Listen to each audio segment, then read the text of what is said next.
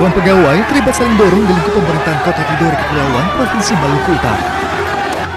Kericuan terjadi saat apel akbar yang dipicu pernyataan Wali Kota Tidore Kepulauan Muhammad Sinen terkait memotong 30% tambahan penghasilan pegawai TPP ASN. Serta pendapatan P3K dan P3K paruh waktu dilakukan untuk menutupi defisit anggaran daerah lebih dari 50 miliar rupiah. Ia juga menyampaikan skenario terburuk berupa kemungkinan pegawai dirumahkan. Untuk pemotongan 30% tadi sudah dijelaskan terinci oleh kawan keuangan maupun dari Pak Sekda. Saat ini Tom Tidore ini masih berutang defisit sekitar 50 miliar lebih. Dipotong 30% sesuai dengan edaran yang beredar di seluruh PNS P3K paruh waktu. Itu saja masih menggunakan 50 miliar lebih. Ini menjadi tanggung jawab bersama. Tadi saya sudah sampaikan, ini berjalan dulu. Pasti berat. Setelah berdialog bersama perwakilan ASN, P3K dan P3K paruh waktu, pemerintah kota memastikan tidak akan merumahkan para pegawainya. Namun pemotongan pendapatan 30% tetap diberlakukan hingga kondisi keuangan daerah membaik. Dari Ternate, Maluku Utara, Ismail Sangaji, iNews melaporkan.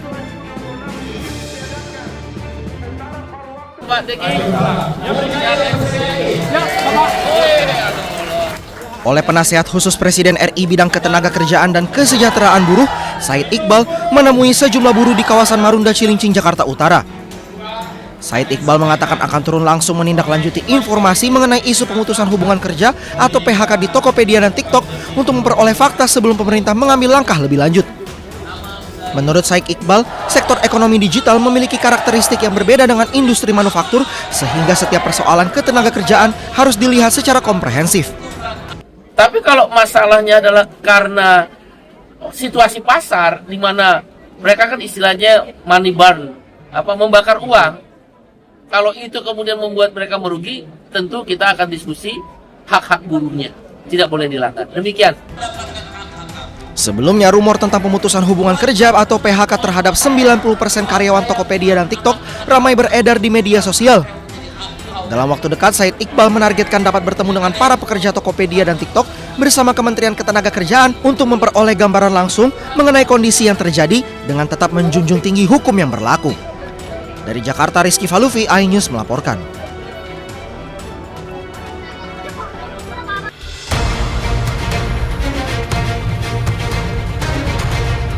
Bak kotak Pandora yang terbuka, tersangka korupsi MBG bertambah lagi. Kejaksaan Agung kali ini menetapkan Lalu Muhammad Iwan sebagai tersangka ke-7 dalam pusaran korupsi MBG. Kejagung menyebut Sekretaris Deputi Bidang Promosi dan Kerjasama Badan Gizi Nasional ini terlibat korupsi penjualan ompreng atau food tray. Modusnya, perwira polisi aktif berpangkat Brigadir Jenderal itu mencari calon mitra untuk mendirikan dapur MBG. Syaratnya, mereka wajib membeli ompreng kepada perusahaan PT SGI. Belakangan terungkap PT SGI ternyata perusahaan yang sengaja ia dirikan. Jadi perannya adalah pada tahun 2025 saudara LM ini meminta saksi YCS dan RD mendirikan suatu perusahaan ya dengan tujuan sarana untuk melakukan penjualan alat berupa food tray kepada calon mitra SPBG dengan harga yang sudah ditentukan oleh tersangka LMI ya. Walaupun sudah menetapkan 7 orang tersangka, Ketua Masyarakat Anti Korupsi Boyamin Saiman menyebut jumlah tersangka korupsi MBG kemungkinan akan bertambah. Boyamin juga mendesak Kejagung tidak hanya menetapkan tersangka, tetapi juga harus bisa mengembalikan kerugian uang negara. Jadi ini masih banyak yang harus jadi tersangka, karena banyak yang dimanipulasi, banyak yang dikorupsi, mulai dari titik dapur, pengadaan motor listrik, ompreng, mungkin CCTV, mungkin diduga juga terkait dengan pengadaan pakaian, pengadaan tablet, segala macam. Itu sudah seharusnya Kejaksaan Agung menyasar semua yang terlibat dalam korupsi MBG dan BGN. Karena apapun ya, untuk pertama tujuan utamanya adalah pengembalian kerugian negara. Karena kalau tidak disasar nanti pengembalian kerugian negara akan minim. Penetapan Lalu Muhammad Iwan menambah jumlah petinggi Badan Gizi Nasional yang menjadi tersangka pencuri uang MBG. Sebelumnya, Kejagung sudah lebih dulu menangkap Ketua BGN Dedan Hindayana dan 2 wakilnya, Sony Sonjaya dan Lodewijk Kusum. Menyusul 3 tersangka lainnya dari pihak swasta, yakni Asep Yusuf Somantri, Glory Harima Sihombing, dan Andri Mulyono. Tim Liputan iNews melaporkan.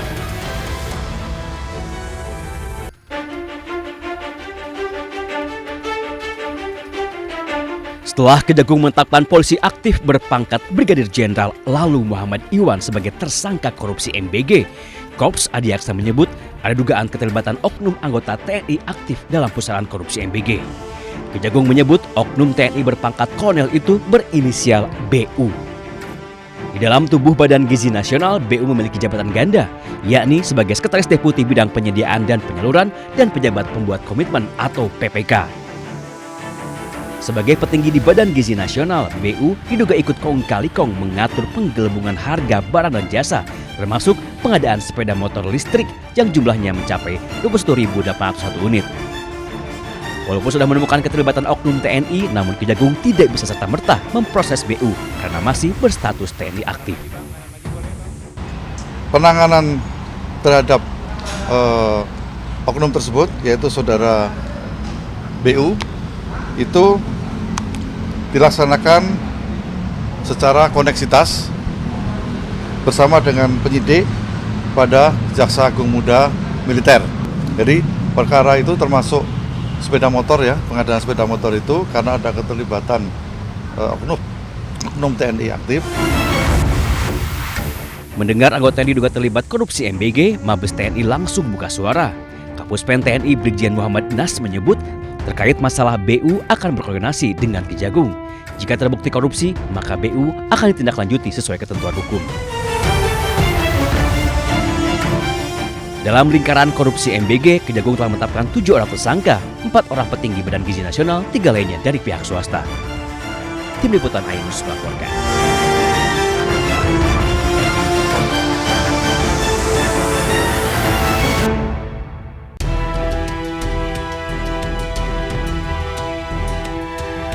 Satu orang polisi aktif berpangkat Brigadir Jenderal disebut Kejagung sebagai tersangka korupsi MBG.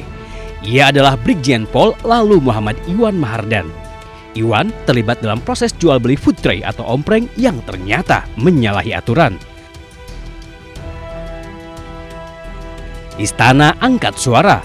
Kepala Badan Komunikasi Pemerintahan Muhammad Kodari menyebut walaupun berpangkat jenderal, namun proses hukum terhadap Iwan harus tetap berjalan tanpa pandang bulu. Kodari juga menyerahkan seluruh proses hukum kepada Kejagung. Kalau bicara aspek hukum, tentu semua harus kembali kepada aparat penegak hukum. Dan yang sedang memproses sekarang adalah kejaksaan. Dan seperti dikatakan oleh Bapak Presiden bahwa hukum sekarang ditegakkan tanpa pandang bulu, apapun latar belakangnya. Jadi sebetulnya siapapun dimintakan pertanggungjawabannya sesuai dengan posisi dan pos yang sedang ditempati.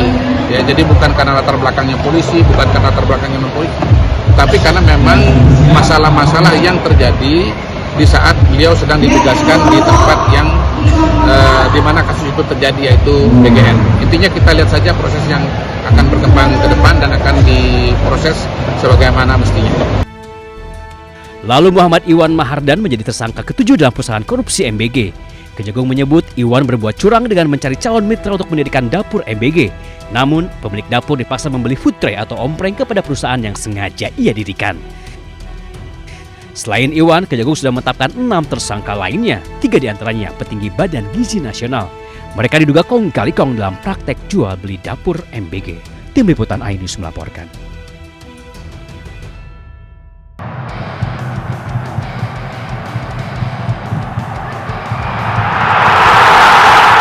Ketua Badan Tim Nasional Sumarji mengatakan Timnas Indonesia memulai misi juara Piala AFF 2026 dengan training camp sebulan penuh di Bali mulai 5 Juli 2026. Sebanyak 55 pemain masuk daftar sementara proyeksi Piala AFF 2026. 6 diantaranya Maulo Zirstra, Jordi Amat, Raihan Hanan, Rizky Ridho, dan Shane Patinama. Jumlah tersebut belum final karena BTN dan tim pelatih akan melakukan penyaringan ketat demi membentuk skuad paling siap tempur. Timnas Indonesia di bawah arahan John Hartman akan berlaga di Piala AFF 2026 pada 24 Juli hingga 26 Agustus 2026. Skuad Garuda tergabung di grup A dan menghadapi tantangan format kompetisi yang menuntut konsistensi sejak awal. Ambisi juara memiliki landasan kuat. Timnas Indonesia tercatat 6 kali finish sebagai runner-up Piala AFF, jumlah terbanyak di antara peserta. Rekam jejak tersebut mendorong BTN menggenjot persiapan agar hasil akhir berubah. Proses seleksi mengedepankan kualitas dan kebutuhan taktik. Training camp di Bali dirancang untuk menyatukan aspek fisik, taktik, dan mental dalam waktu sebulan. Dengan daftar pemain yang mengerucut ke arah kepelatihan yang jelas, Timnas Indonesia memulai fase krusial menuju target tertinggi Piala AFF 2026.